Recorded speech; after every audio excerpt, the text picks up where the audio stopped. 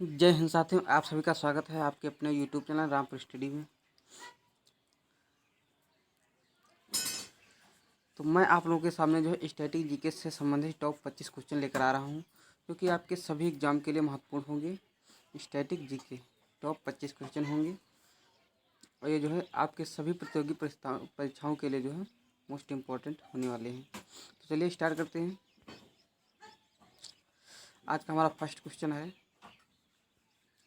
कि ईश्वरचंद्र विद्यासागर का अखबार कौन सा है।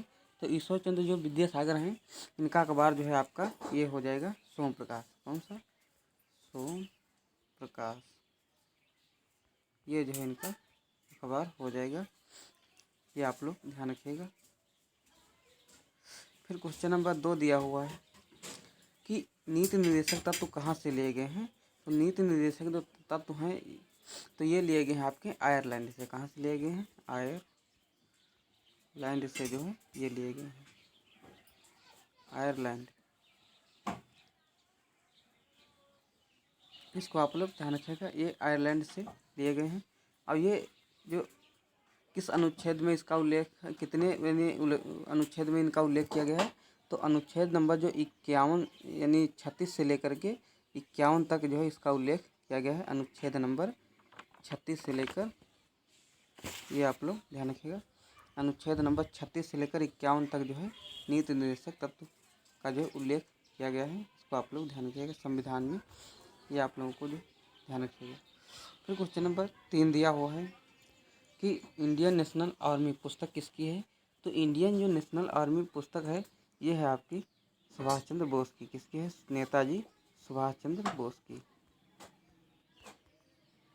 सुभाष चंद्र बोस, ये जो है इनकी पुस्तक हो जाएगी। इसको आप लोग ध्यान रखिएगा। और नेताजी सुभाष चंद्र बोस की जो है पुण्यतिथि पर जो है 23 जनवरी को पराक्रम दिवस भी मनाया जाता है। इसको आप लोग ध्यान रखिएगा, 23 जनवरी को पराक्रम दिवस मनाया जाता है। इसको आप लोग ध्यान रखिएगा।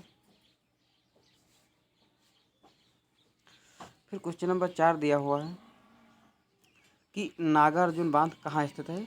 तो नागार्जुन जो बांध है ये आपका जो है ये आपका कहाँ स्थित है। तो ये जो है आपका कहाँ नहीं, यहाँ पर होना चाहिए किस नदी पर स्थित है।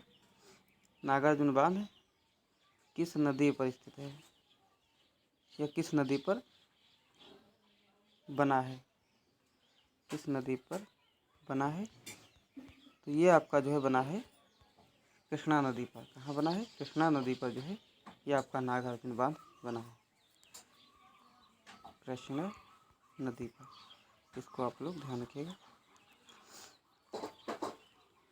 अब कृष्णा नदी पर ही एक अलमाटी बांध भी बना है। इसको आप लोग ध्यान रखिएगा, अलमाटी बांध जो है यहीं पर बना है, कृष्णा नदी पर अलमाटी बांध। फिर क्वेश्चन नंबर 5 दिया गया है कि अंतर्राष्ट्रीय न्यायालय का मुख्यालय कहाँ स्थित है। तो अंतर्राष्ट्रीय जो न्यायालय है इसका जो मुख्यालय है ये आपका स्थित है द हेग में। कहाँ स्थित है? द हेग में, यानी नीदरलैंड में इसका मुख्यालय स्थित, नीदरलैंड। इसको आप लोग ध्यान रखिएगा, नीदरलैंड में जो इसका मुख्यालय स्थित है। फिर क्वेश्चन नंबर 6 दिया हुआ है कि कौन सी ग्रीन हाउस गैस है, यानी ग्रीन हाउस गैस कौन सी है। तो ये आपकी हो जाएगी CO2। कौन? CO2 जो है ये आपकी ग्रीन हाउस गैस हो जाएगी। इसको आप लोग ध्यान रखिएगा। और इसके अलावा कई गैसें हैं, एक तो हो गई आपकी CO2 और CO यानी कार्बन मोनोऑक्साइड और CH4 ये जो है मीथेन।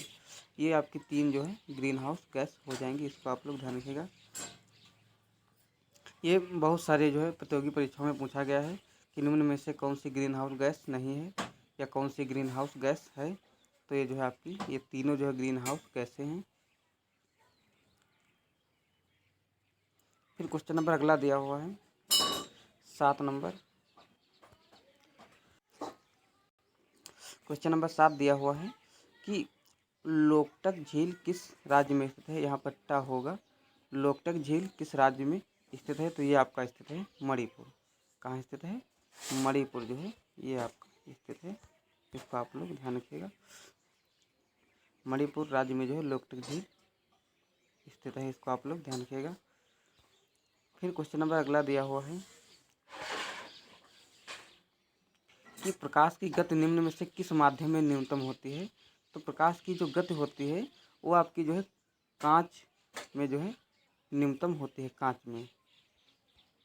इसको आप लोग ध्यान रखिएगा, कांच में जो है, या शीशा भी कह सकते हो, कांच जो है शीशे की तरह होता है, तो कांच में जो है न्यूनतम होती है। और अगर पूछ रहा है कि अधिकतम किस में होती है, तो अधिकतम होती है निर्वात में। किस में होती है? अधिकतम होती है निर्वात में। निर्वात में जो है सबसे अधिक होती है, सबसे अधिक। इसको आप लोग ध्यान रखिएगा। और अगर पूछ लिया जाए कि कितनी होती है, तो ये होती है आपकी 3 × 10⁸ मीटर पर सेकंड। कितनी होती है? 3 × 10⁸ मीटर पर सेकंड ये जो है आपकी होती है। फिर क्वेश्चन नंबर 9 दिया हुआ है कि जैवमंडल में क्या क्या शामिल है। ये आपका जो है जैवमंडल है, तो इसमें क्या क्या शामिल है। तो इसमें जो है आपकी 3 चीज़ें शामिल हैं। नंबर 1 है आपका जलमंडल, जलमंडल। नंबर 2 है आपका वायुमंडल, वायुमंडल। और नंबर आपका 3 है स्थलमंडल। ये जो है तीनों शामिल है। स्थलमंडल, ये आप लोग जो है ध्यान रखिएगा, ये तीनों चीज़ जो है जैवमंडल में शामिल है। तो ये जो तीनों आप लोग जो है याद रखना है कि जैवमंडल में कौन कौन चीज़ें शामिल है। तो तीनों चीज़ें शामिल है, जैवमंडल, वायुमंडल, स्थलमंडल, तीनों चीज़ शामिल हैं। फिर क्वेश्चन नंबर 10 दिया हुआ है कि पहली बार योग दिवस कब मनाया गया। तो पहली बार जो योग दिवस है ये 21 जून 2015 को मनाया गया। 21 जून 2015 को जो है मनाया गया था। इसको आप लोग ध्यान रखें। अब प्रतिवर्ष जो है 21 जून को ही योग दिवस मनाया जाता है। प्रति वर्ष जो है 21 जून को योग दिवस मनाया जाता है। इसको आप लोग ध्यान रखिएगा। फिर क्वेश्चन नंबर 11 दिया है कि भारत में प्रथम जनगणना कब हुई थी। तो भारत में जो प्रथम जनगणना हुई थी ये हुई थी आपकी 1872 में। कब हुई थी? 1872 ईस्वी में हुई थी। अब किसके शासनकाल में हुई थी? तो ये हुई थी लॉर्ड मेयो के शासनकाल में। किसके? लॉर्ड मेयो के शासनकाल में जो है हुई थी। इसको आप लोग ध्यान रखिएगा। प्रथम जनगणना 1872 में हुई थी और लॉर्ड मेयो के शासनकाल में हुई थी। और अगर पूछ लिया कि वैज्ञानिक आधार पर, तो वैज्ञानिक आधार पर जो हुई थी ये हुई थी आपकी वैज्ञानिक, तो ये हुई थी आपकी 1881 में। कब हुई थी? तो ये 1800 जो है यहाँ पर मैं लिख रहा हूँ, 1881 में जो है वैज्ञानिक आधार पर जो है जनगणना हुई थी। इसको आप लोग ध्यान रखिएगा। और ये लॉर्ड रिपन के शासनकाल में हुई थी, जो 1881 में हुई थी। ये लॉर्ड रिपन के शासनकाल में हुई थी। और जो प्रथम जनगणना 1872 में हुई थी, तो ये लॉर्ड मेयो के शासनकाल में हुई थी। फिर क्वेश्चन नंबर 12 दिया हुआ है कि पृथ्वी की आंतरिक परत में निफे, ये निफे होता है आपका जो परत में होता है, सियाल सीमा निफे आप लोगों ने पढ़ा होगा। तो यही जो है होता है निफे के निर्माण में किन तत्वों की प्रचुरता होती है। तो यहाँ पर ये पूछ रहा है कि जो आपकी पृथ्वी की आंतरिक परत होती है, ये पृथ्वी की 3 परतें होती हैं, आप लोगों ने पढ़ा होगा। एक तो होता है सियाल सीमा निफे जो है कहा जाता है, लिख देता हूँ। 3 परतें होती हैं, सियाल कामा सीमा कामा निफे। ये जो है 3 परतें होती हैं, आंतरिक परतें होती हैं। तो इसमें जो है निफे जो होता है, इसमें किस तत्व की प्रचुरता यानी पाई जाती है। तो जो निफे होता है इसमें जो है आपकी निकेल और फेरस पाया जाता है। कौन पाया जाता है? इसमें जो है आपका निकेल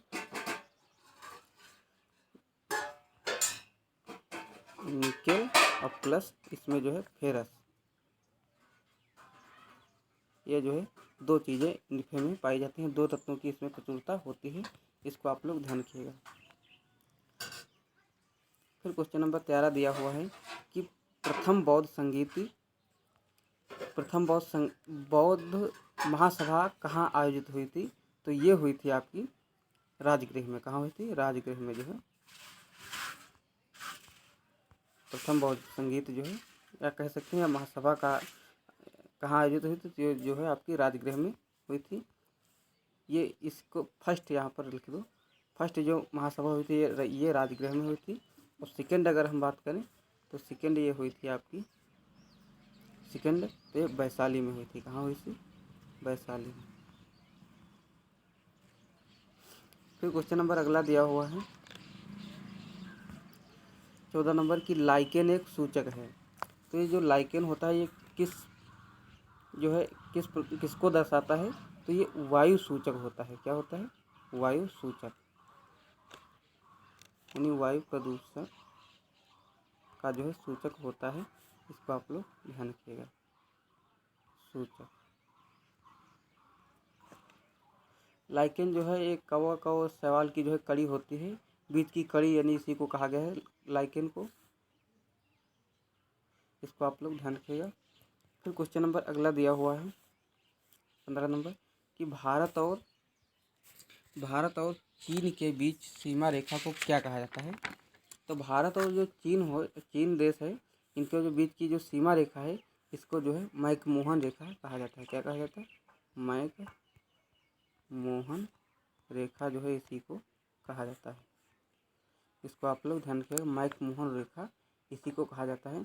और जो भारत और पाकिस्तान के मध्य है, यानी भारत और पाकिस्तान, इसके जो मध्य सीमा रेखा है, इसको जो है रेड क्लिफ रेखा कहा जाता है। क्या कहा जाता है?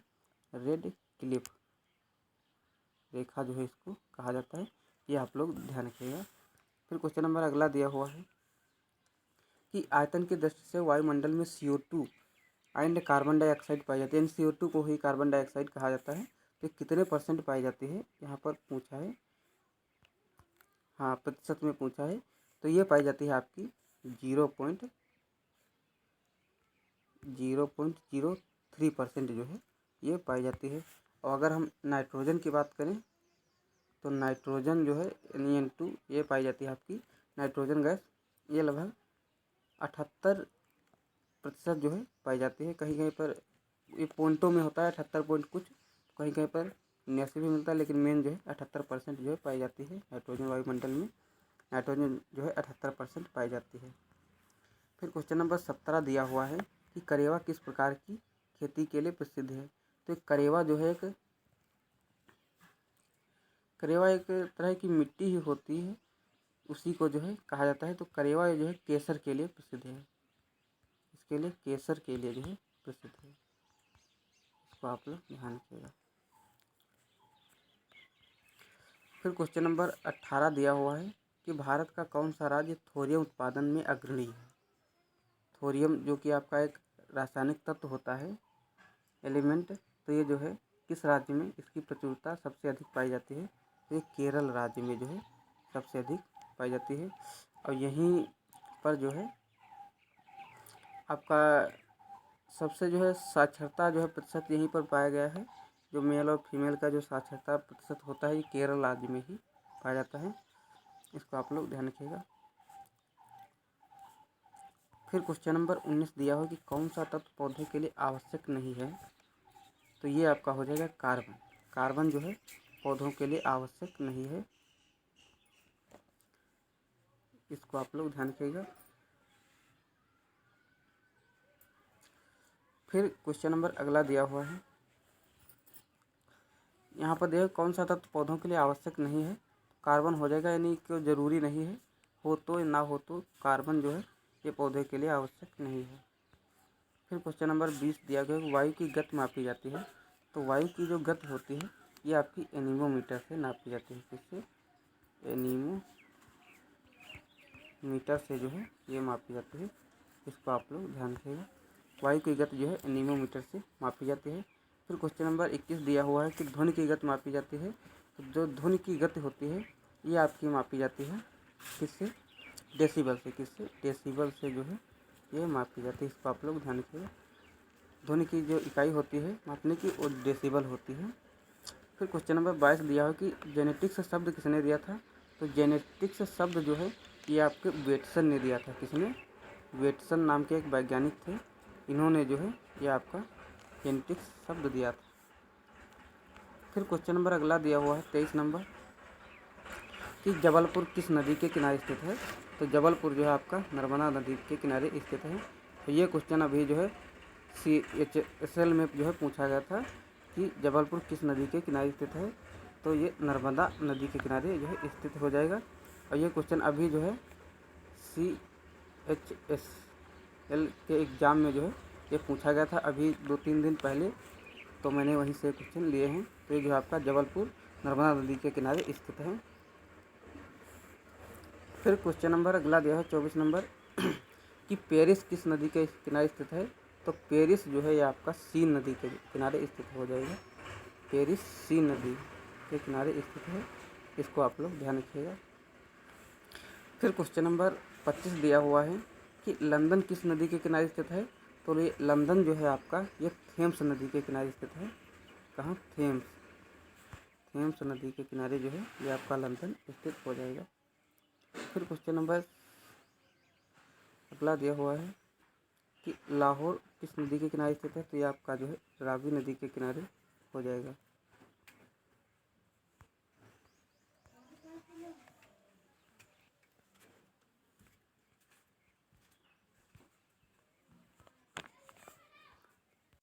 तो ये थे टॉप 25 क्वेश्चन, 25 नहीं 26 थे। तो ये आप लोगों के लिए सभी एग्जाम के लिए मोस्ट इम्पॉर्टेंट होंगे।